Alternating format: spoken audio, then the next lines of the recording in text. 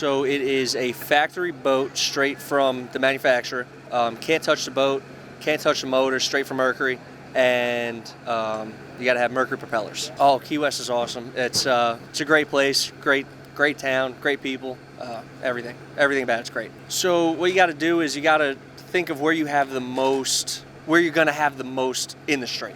So coming down into the harbor, which is the little 180 turn that we do down here, coming into that, like back up. All right, so you run down your straight, you make your first turn, and then you're in a short straight. So that straight, you don't want to be a small prop, because then, you'll get everyone in that one, but then coming across the mole, you're going to lose it because everyone's going to out-mile an area.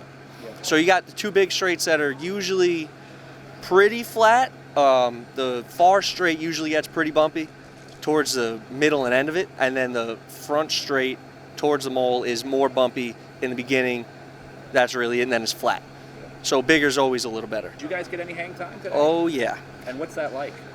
It goes quiet for a little bit, and then we land and we're like, well, let's keep going. And that's really it. It's awesome. Do you have any favorite memories here in Key West? 2022, we won the World Championship in a class called Mod V. Yeah. So that was awesome. Surreal. Do you double dip? Do you do multiple classes? 2 years ago we did. This year we haven't. Okay. And the year before we haven't. We've been focusing on the 450 boat. Well, the year you double dipped, you won the championship. Yeah. I mean, come on, bro. So Mod V is a single engine inboard V bottom, but it still has a canopy. And it's got a weight limit and a motor spec limit. So you got to run a certain kind of motor with like certain motor heads and headers and all that fancy technology stuff. I ain't got nothing. Love Key West. That's awesome, man. Ian and I both work on race boats 24/7. We build race boats back at home in Fort Myers, and we grew up around it.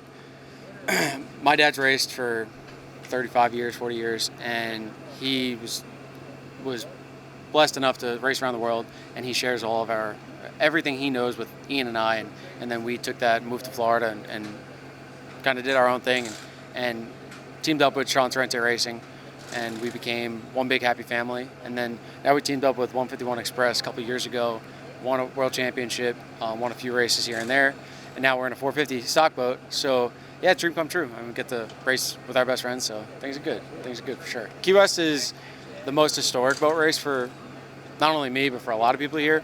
But my parents grew up racing Key West. Like I said, he was a boat racer, so it's very monumental to my family, to Ian's family, and to the whole 151 Express family. But what it means the most, it's a season finale. So we have to go all season. We get as much points as we can throughout the season, the National Series, and then we all come here for one big finale. 0 points when you walk in. You let it all play. You got to play all the cards. So you start first day, second day, third day. When you get to the last day, you let it all hang out. You throw all your cards on the table, and you see who's got what and who's who. So Friday, we didn't drive the race we should have driven. We've driven better. Not him, us, as a team. We thought we were mentally prepared. We've raced Key West before in this boat. We knew what setups were for what we have in the trailer and stuff. But we thought we were a little more mentally prepared, and we weren't. We found that out quick. And we made 0 improvements every lap. So our lap times were consistent, which is usually good. But an hour stake, this race course was really difficult because there's a lot of variables. You got a rough side, you got a calm side, you've got a crosswind, you've got headwind. So there's a lot of variables going on, and you have to be able to adjust and improve every lap. Because your first lap should be your worst lap. Your last lap should be your best lap. Obviously, you're burning off fuel, but you're just getting better. You're figuring out better lines and sections that you can push harder and sections that you can manage. Because at the end of the day, it is a lot about managing nutrition. This is a spec class. We're all running the exact same weight. We're all running the same exact style propellers. And all the boats are very, very comparable. They run very, very similar. They have their weaknesses and they have their strengths. And it seems like both boats cover each other up. And it's a very, very competitive class. Favorite memories? Yeah, winning a world championship 2 years ago. I woke up that morning and I wanted it more than I wanted to breathe. I needed it, and why I needed it, because these guys deserve it, and I really needed to give it back to them and say, hey, this is for you. And that's exactly what we did. We came in the milling area, or back into Mallory Square with the checkered flag, and it was like, you're on top of the world.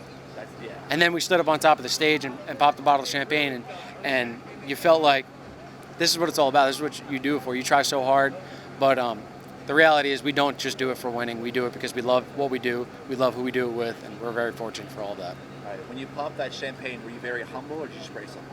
Oh, I sprayed Ian for sure. Definitely sprayed Ian. That's awesome. Yeah. Thank you, 151 Express. Thank you, Key West. And my dad was in the hospital for actually 2 months, and he just got out 2 nights ago, and he watched every single second of every race.